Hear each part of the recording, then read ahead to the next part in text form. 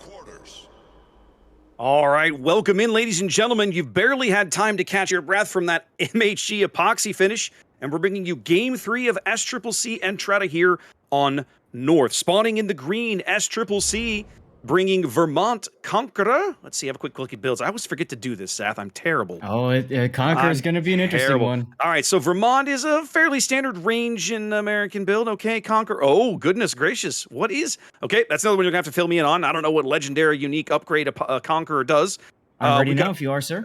Okay, we'll come back to it. I've got a Wushta and a fairly... Okay, I know what unique upgrade Wushta does. He gets extra consumables there. Moskva, Disquarius. Yes, they do. Disquarius running... the unique upgrade Moskva, which increases his accuracy at the cost of a little bit of range. Griefers Marseille, fairly standard reload bill, headed over towards the 9-10 line. And then that's it for cruisers. They're running a 4-destroyer lineup as SCCC. Lotorio's Ragnar and a fairly typical gun build there. Mr. Mayhem's gearing and that's a gun build gearing. We have not seen too much of those. He's running smoke upgrade in slot 3 and gun reload. Another Ragnar, that's Albino here on the top end of the B cap. About the same build there with the gun focus.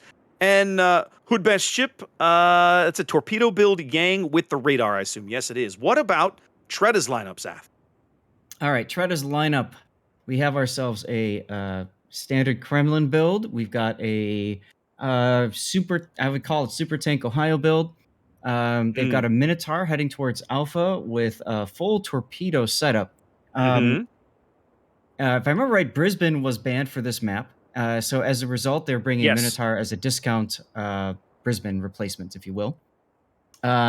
We've got a legendary smoke torpedo spec gearing fronted by a torpedo build Radar Yu Yang over at the A cap. And then heading towards the middle is a Moskva Pablo with the unique upgrade and Blackouts Daring, which looks like it's a consumables build. Daring. Interesting. It is, actually. I see he's got Superintendent in there. Yeah. And then heading towards the 9-10 line, we've got a Matthias with the Shimakaze Torp build and a Salem that is reload build with a radar upgrade. Okay. Now, Conqueror unique. What is Conqueror's unique upgrade? So Conqueror's unique as torpedoes, these are deep waters, are going right by Mr. Mayhem's smoke, so he might have to start getting frosty himself here. Hollowbane in the Conqueror, unique upgrade increases turret traverse by 13%, increases rudder time by 40%, rudder shift, and if your steering gears go out, they repair in 80% time. Now this is in slot 5, so it's at the expense of concealment. So he's slower on the rudder and slower on, but improved turret traverse. He's faster on the rudder, faster turret traverse at the expense of concealment. And of course, the concealment module also has, what is it, the 10% to dispersion of ships coming in as, oh my God, brown alert for SCCC's Wooster right there, that those torpedoes just stopped. Well, they were Brizzy torpedoes, they would have hit. More like a brown alert for poor P4's Yu Yang over here south of A, getting absolutely robocopped, as you would like to say. I do like to say that. Gearing the Ragnar and the other and the Moskva, Disquarius' Moskva, all throwing shells on him, knocking him down to 3K. The Minotaur turning into this smoke. That's Razgriz, but he's got his Hydra up. He can see these torps. I don't think he can avoid them all at this point. Maybe he can. That collision with the Yu Yang might have slowed him down just a tad. He's good. He's got it. He is good. Close, but he's got it. He's got it.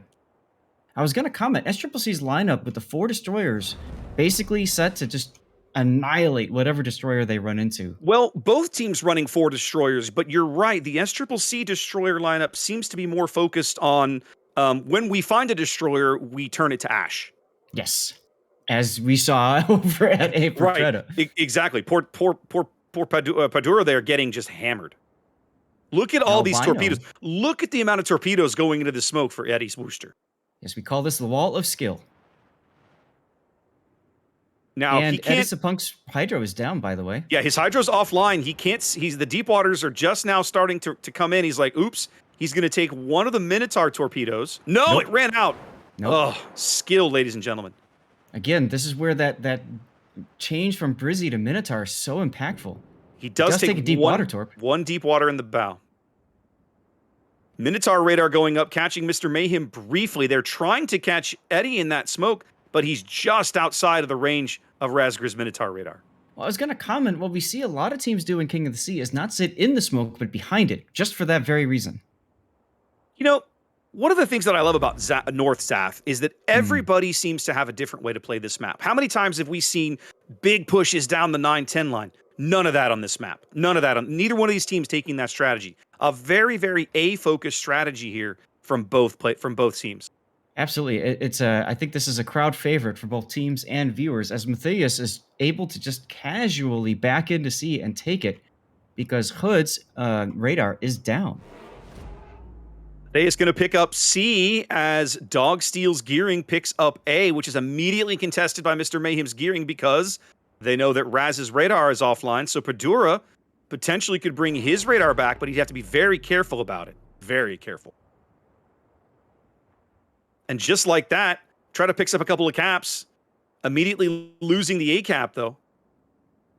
Absolutely, yes. That early hit on Padura's Yu Yang really just helping him vomit torpedoes that much quicker right now. So they do catch Mr. Mayhem there on Padura's radar. Dogsteel decides to open up. Try for the reset. Doesn't get it. Doesn't need it. Mayhem backed off the cap. Ah, I see it now. The radar was at least enough to push him back and get them a few seconds of points. Right. Here comes the next Death Snail. Yep, Raz's Minotaur going to rotate up into this smoke with his radar coming up in 45 seconds. Lots of action at A. What else is going on here, Zath? So I'm taking a look at it. 404 not found is sitting there in the Salem, basically just laughing at Griefers Marseille, saying, all right, well, hey, whatever. And Gustavus Kremlin is actually taking some pretty decent hits from Griefers Marseille as well. So very interesting to see the play that's going on at CCAP. SCCC has given it up, but they're not ready to just completely leave this area, which I like to see. I gotta say, I'm surprised to see the Marseille used as like a kiting ship here on this flank, Zath. That's traditionally not how you see Marseille played, but it's working for them because he's tag teaming the Kremlin with the Vermont HE as well, I think is what's happened. Look at Matthias opening up with his guns in the Shimakaze and Hood Best Ship Fu's Yu Yang. He detected him briefly there, and he just basically said, excuse me while I use my guns. Yep, that's what they're here for. That's right. Just asserting dominance. I love to see Shimakaze using their guns. SCCC Blackout backing into B. Yep, SCCC back onto A. Eddie's, again, the massive wall of torpedoes coming up for him, but his Hydro is available. He should be able to dodge these. I want to see his potential damage when this game is over. Blackout's daring, grabbing B under the nose of Disquarius's Moskva, whose radar is available, but even he would have to move up and expose a lot of his ship to get shots on Blackout. Feels like Edison Punk is trying to complete a dockyard mission this game. I mean, what, playing an exciting torpedo dodging mission? Spot 120 torpedoes in one match. Spot 6 million damage worth of torpedoes in one game. 8.5 minutes gone. Both teams on a cap. It's a narrow lead for TRETA. Maybe about 60, 70 points here. Certainly still too early to call. Could be anybody's game here. Yeah, Disquarius radaring Blackout at B, forcing Blackout back. All these shells coming in. They were able to pop that radar. Now, obviously, the shell's coming in from somebody else, the Wooster. That's the Wooster. Very nice. That's some coordination. Yep, it is some coordination, but I'll tell you what, the radar is expired now. Blackout is able just to casually reverse again. Yep, should be able to pull that off. Is Hood going to take a torpedo? No, he's okay. Interesting, Blackout chose not to DCP. His engines were out. He wanted to make sure that his fire expired and he didn't need to worry about running forward again. He has DCP'd now and backing into B. Smart use of DCP there. Zath, is Matthias Shimakaze, is he running the 20-kilometer torpedoes? Let me take a look and see. I think he is. Yes, he is. Matthias is using the 20 kilometers. Oh my God, look how many torpedoes again. Now Eddie's Hydro is down, so he has quite the challenge ahead of him. He's going to take 1, 2, right on the stern. Was that a deep and irregular at the same time? It was a deep and irregular at the same time. The cross torping here by TRETA at A has been on point. Absolutely. And Hollowbane also, he's got to stay frosty. He might actually take a torpedo or two if he continues to pull forward. You have to wonder if those were detected. Looks like he's I going to take at doubt it. least one no matter what he does. Nope, they don't have the No. range. Don't quite have the range here. Oh, look at Disquarius. Look at Disquarius at B cap. He's moving forward. I think they've decided they have to make something happen. He was. He's firing blind into the daring smoke now. Pablo moving up, though. Hollowbane's Conqueror so far, committed to the D2 square, allows Pablo to move a little bit forward. Now, go ahead. Yeah. Look at the Vermonta. Also, Tazo 4 deciding, well, they got to find some way back into this game, and they're trying down the 910 line. Yeah, I was going to say they rotated Albino's Ragnar over, and Matthias' Shima got just beat to crap. I think they brought Albino over, radared him, pushed him off the cap.